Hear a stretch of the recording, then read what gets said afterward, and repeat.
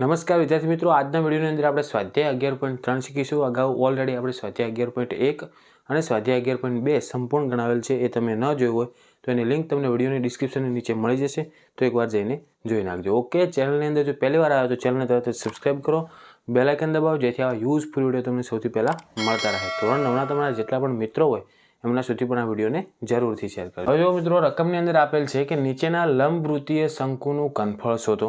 તો તમારે આ સ્વાધ્યાયની અંદર શંકુનું ઘનફળનું સૂત્ર તમને આવડવું જોઈએ કે શંકુનું ઘનફળ બરાબર 1/3 પાઈ આરનો વર્ગ અને h બરોબર। હવે જુઓ, એની અંદર ત્રિજ્યા આપેલ છે અને ઊંચાઈ આપેલ છે। જુઓ, શંકુમાં બે ઊંચાઈ આવે, એક ત્રાંસી ઊંચાઈ આવે અને એક સીધી ઊંચાઈ આવે। તો આપણને પહેલા દાખલાની અંદર શું આપેલ છે? ત્રિજ્યા કેટલી આપેલ છે?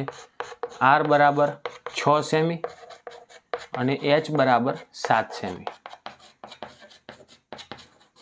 તો ફક્ત આપણે સૂત્ર મૂકવાનું છે, એની અંદર કિંમત મૂકો, જવાબ આવી જશે। જુઓ, શંકુનું ઘનફળ બરાબર 1/3 પાઈ આરનો વર્ગ h, 1/3 એમને એમ રાખો, ગુણ્યા પાઈની જગ્યાએ કેટલા લેવાના? 22/7 ગુણ્યા આરનો વર્ગ, આરની જગ્યાએ કેટલા આવશે? 6, એટલે 6 ગુણ્યા 6 અને ગુણ્યા h કેટલા આપેલ છે? 7, તો 7 ઉડી ગયા, 3 દુ 6, 6 દુ 12 અને 12 ગુણ્યા 22।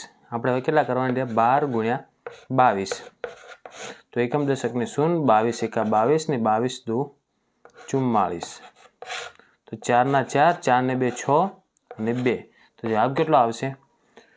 264। હવે જુઓ, ઘનફળ છે એટલે સેમીનો વર્ગ નહીં થાય, સેમીનો શું થશે? ઘન, અથવા તમે બીજો શું એકમ લખી શકો? ઘન સેમી।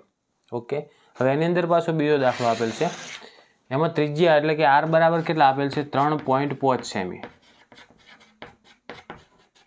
અને h કેટલા આપેલ છે? 12। તો શંકુનું ઘનફળનું સૂત્ર શું થાય? 1/3 પાઈ આરનો વર્ગ અને h। હવે જો 1/3 એમને એમ રાખો, ગુણ્યા પાઈની જગ્યાએ કેટલા આવશે? 22/7 ગુણ્યા r પાછો આપણને પોઈન્ટમાં આપેલ છે, તો પહેલાં પોઈન્ટ કાઢશો, તો પોઈન્ટ કાઢો તો 35/10 ગુણ્યા પાછો આરનો વર્ગ હતો એટલે ફરી વળીની સંખ્યા આવશે 35/10 ગુણ્યા hની કિંમત કેટલી? 12। હવે જેટલું ઉડતું હોય એટલું ઉડાડી નાખવાનું, કારણ કે તમને સરળ પડે।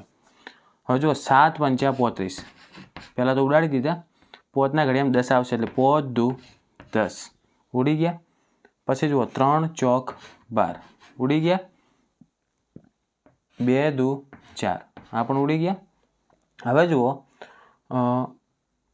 આના અવયવ પાડો, 5 દુ 10, તો 2 2 ઉડી ગયા, 5ના ઘડિયામાં 35 આવે, 5 × 7 = 35।